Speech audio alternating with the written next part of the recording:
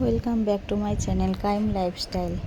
আজকের চলে এসেছি একটা খুব সুন্দর, খুব মজাদার একটা নাস্তার রেসিপি নিয়ে, যেটা কিনা আমরা অনেক সময় ফেলে দেওয়া জিনিসকেও খুব মজা করে তৈরি করে নিতে পারি।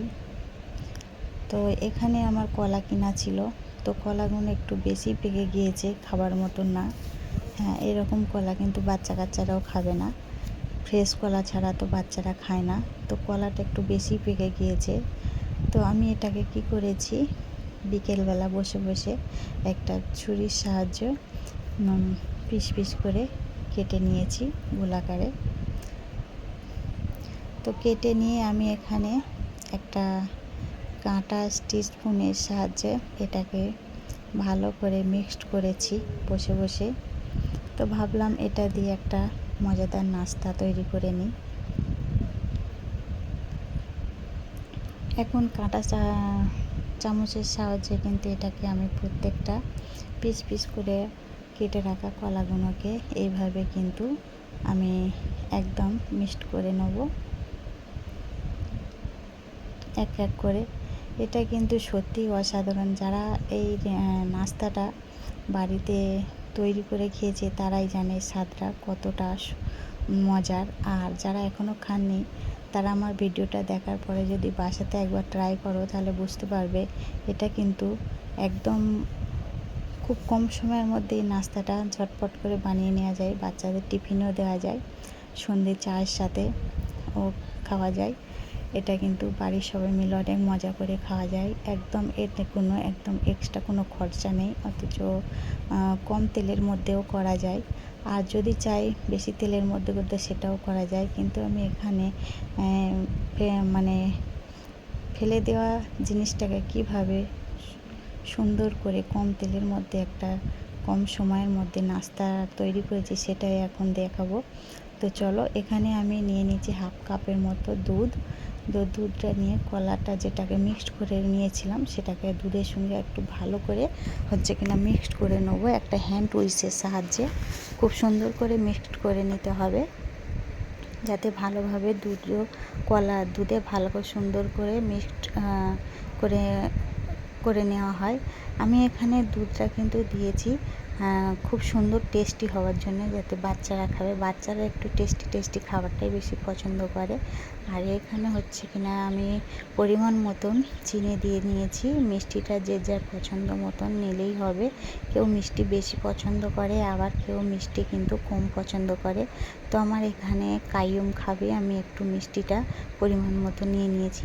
এবার দিয়ে দিচ্ছি এখন একটু পানি দিয়ে আবার ভালো করে আমি হ্যান্ড উইচের সাহায্যে ভালো করে সুন্দর করে কিনা মিশিয়ে নিলাম। সুন্দর করে ফাটিয়ে নিচ্ছি, চিনিটা তাড়াতাড়ি যাতে গলে যায়, একটু সময় ধরে ফাটিয়ে নিতে হবে। তো এখন আমি দিয়ে দিচ্ছি এখানে স্বাদ মতন লবণ। প্রত্যেকটা জিনিসের মধ্যে কিন্তু, বিশেষ করে মিষ্টি জিনিসের মধ্যে লবণ দিলে ব্যালেন্সটা ঠিক থাকে। তো আমি এখানে পরিমাণ মতন লবণ দিয়ে দিয়েছি। দিয়ে এখন আমি এখানে দিয়ে দিচ্ছি, আমি এখানে 1 কাপের পরিমাণ ময়দা দেব।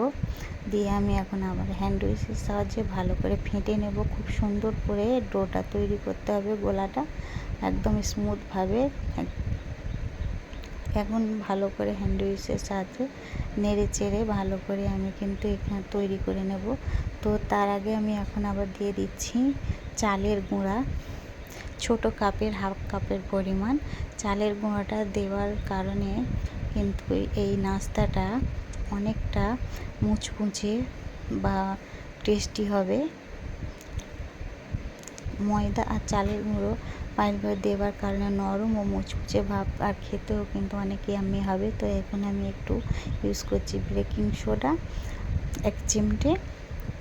বেকিং সোডা দিয়ে এখন সবগুলো উপকরণকে সুন্দর করে সময় করে একটু ফাটিয়ে নিতে হবে। এই ব্যাটারটা যত সুন্দর ফাটানো হবে কিন্তু তত ফুলকো নাস্তা তৈরি হবে। ফুলকো বড়া তৈরি করে নিয়েছিলাম বড়ার শেপ আকারে। তো আমি এখানে টেস্ট হবার জন্য আমি একটু মৌরি ব্যবহার করেছি। মৌরিটা দিয়ে আবার খুব সুন্দর করে ফাটিয়ে নেব। কিন্তু আমার এখানে ব্যাটারটা ফাটানো হয়ে গিয়েছে। এখন আমি কিন্তু 15 থেকে 20 মিনিটের মধ্যে এইভাবে রেস্টে রেখে দেব। তো 15 থেকে 20 মিনিট পর আবার কিন্তু আমি এটা ঢাকাটা খুলে নিচ্ছি। তো দেখো ব্যাটারটা আমার কত সুন্দর ফুলে একদম স্মুথ হয়ে গিয়েছে, কত সুন্দর তৈরি হয়ে গেছে, না পাতলা না ঘন। আমার কমপ্লিট হয়ে গিয়েছে এটা তৈরি করা। তো আমি এখন চলে যাব কিচেন রুমে। আমার এই ছোট্ট কিচেন রুমে চলে এসেছি। এখানে আমি একটা প্যান বসিয়ে দিয়েছি, দিয়ে আমি অল্প তেলের মধ্যে এটা ভাজার চেষ্টা করব। তাই প্যানের মধ্যে তেল দিয়ে দিয়েছি। এই তেলের মধ্যে আমি সবগুলো বড়া ভেজে নেব। তো এখন আমি তেলটাকে একটু গরম করে নিচ্ছি। তেলটা আমার এখন গরম হয়ে গেছে। আমি এক এক করে হাতের সাহায্যে বড়া শেপ আকারে আমি এখানে দিয়ে দিচ্ছি।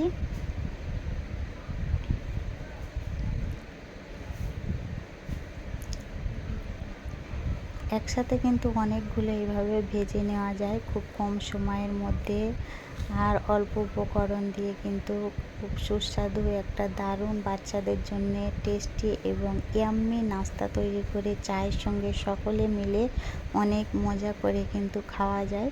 কিন্তু ফেলে দেওয়া জিনিস আমরা যদি একটু সময় ধরে রেসিপিগুলো তৈরি করার চেষ্টা করি, তাহলে কিন্তু জিনিসগুলো আমাদের নষ্ট হয় না। যেহেতু ওটা এমন কিছু খারাপ হয়নি, একটু বেশি পেকে গিয়েছিল। তো পাকা কলা দিয়ে মাশাআল্লাহ আমি এত সুন্দর একটা নাস্তা তৈরি করেছি, খেয়ে আমার অনেক ভালো লেগেছে।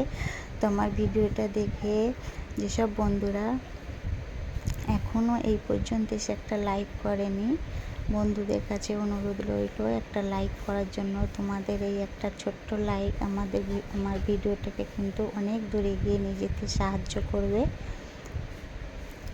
এই যে আমি এখন একটা ঢাকা দিয়ে ঢাকে দেব। দেওয়ার ফলে কিন্তু যেমন একটা ছাঁকা তেলে বড়াগুলো ভাজলে ফুলে যায়, পুরো এরকম সেম ফুলে গিয়েছে। দেখেই তো বুঝতে পারছো কত সুন্দর ফুলকো ফুলকো হয়েছে। অল্প তেলের মধ্যেও কিন্তু বুদ্ধি করে কাজ করলে কম তেল খরচে কিন্তু অনেক সুন্দর টেস্টি টেস্টি খাবার তৈরি করা যায়।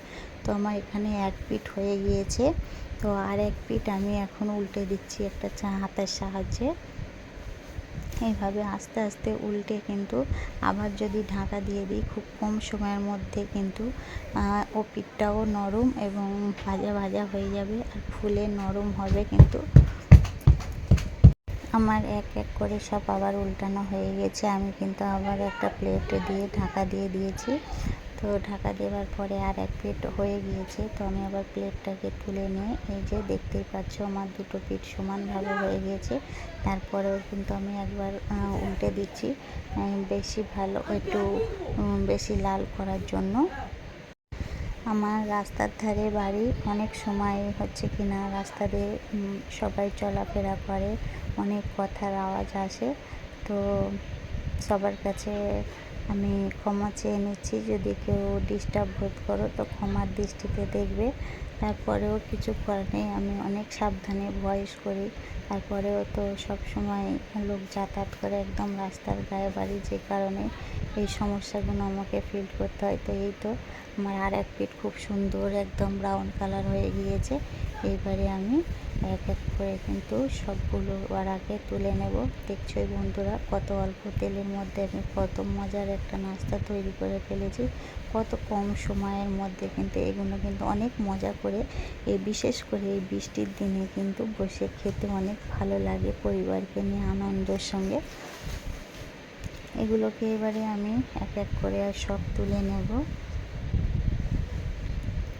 যে সকল আমার পুরানো আপু এবং ভাইয়ারা কন্টিনিউ আমার ভিডিওগুলো দেখে যাও, তাদেরকে জানাই অনেক অনেক ভালোবাসা ও শুভেচ্ছা, অন্তরস্থল থেকে অনেক ধন্যবাদ জানাই।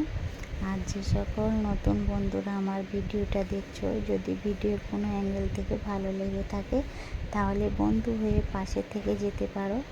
এই তো আমার ভাজা কমপ্লিট হয়ে গেছে। দেখো কত ক্রিস্পি এবং ইয়াম্মি হয়েছে, কত সফট এবং নরম হয়েছে, ভিতরটাও কত ফুলে ফেঁপে গিয়েছে।